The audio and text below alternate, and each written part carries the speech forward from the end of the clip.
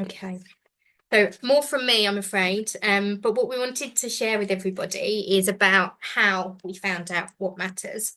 So over the next sort of 15, 20 minutes, we're going to share how we found out what we did and include the sort of methodology that we used, the activities that we done, and then we will show you the Principles of Engagement film, and I will explain sort of how we identified some of those main principles. Thank you.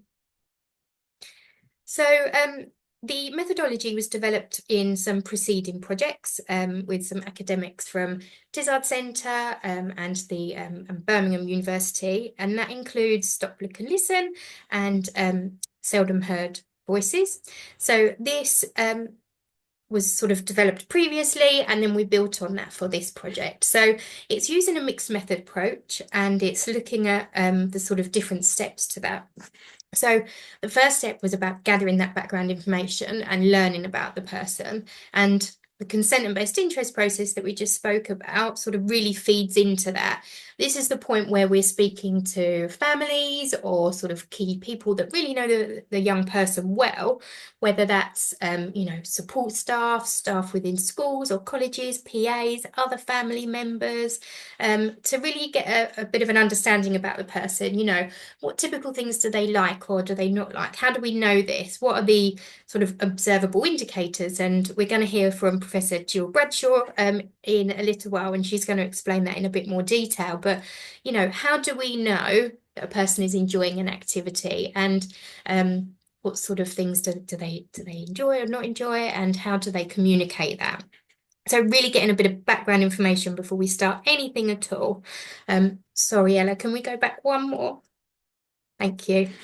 Thanks. And then once we've got a bit of a basis, really spending time and observing. So I spent time with the young people either at home or going to visit them at college or at school, and just, not going in and doing anything, but just taking time to sit back and observe and to see how do these young people communicate with people that are familiar to them and with people that know them well. And sort of still continue that learning stage. And then using what we sort of learned from speaking to people and from observing, we was then able to plan and think about what activities might be good to do for this project and that we can actually get involved with, and what the sort of direct engagement would work for all of the young people. And that might be individually or in groups. So we use them the sort of foundation background bit to then plan the activities. And then after that, we built in time to speak to families and key people to sort of review and check with them. So we held some focus groups, we done some individual interviews, we done some surveys. And obviously this has all been over quite a period of time. So after we've done something big or sort of checking in quite regularly, we're thinking about, this is what we think we're learning, this is what we think's happened, we think this meant this, do we think this is right? And really making sure that they're, we're really utilising the people that know the young people best to sort of clarify what we think we're interpreting. Thank you. Okay.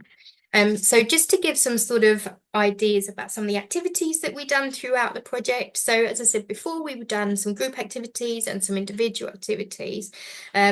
I think we might have mentioned it in the overview film actually. So for the project, we worked with 11 young people. We brought a group of young people together through Demelza, who are a children's hospice based in the southeast.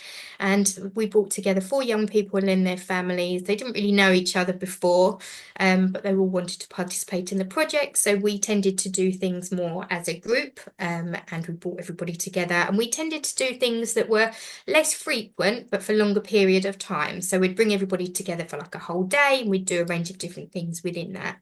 At iField, we worked with a group of 6 young people that are based within a sixth form setting. So the young people were together all day, every day, Monday to Friday. So it was a lot easier for me to go down and do shorter, more frequent sessions. So generally it was sort of every week, every other week, I'd go down for sort of an hour, 2 hours, and do different activities, either in groups, small groups, or individually. We did do some bigger activities over sort of more full days at Ifield, but that's generally sort of how it worked. And it was good because it mixed it up, and we was able to do different and sort of see what worked and try different things.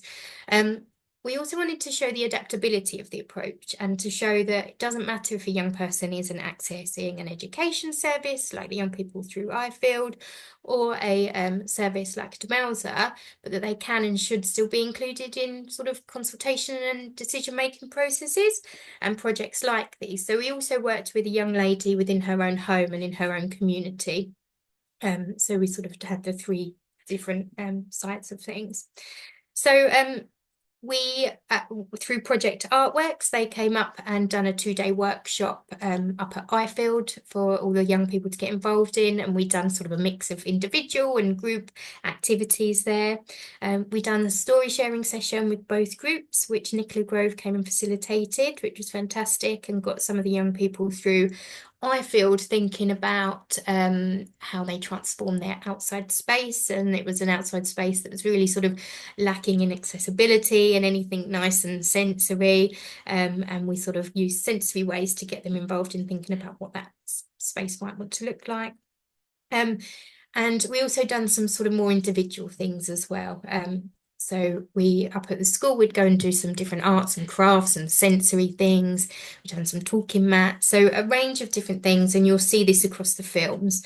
So we are writing a short paper just to sort of explain all the activities that we've done in more detail, and that will be added to the webpage in the coming weeks.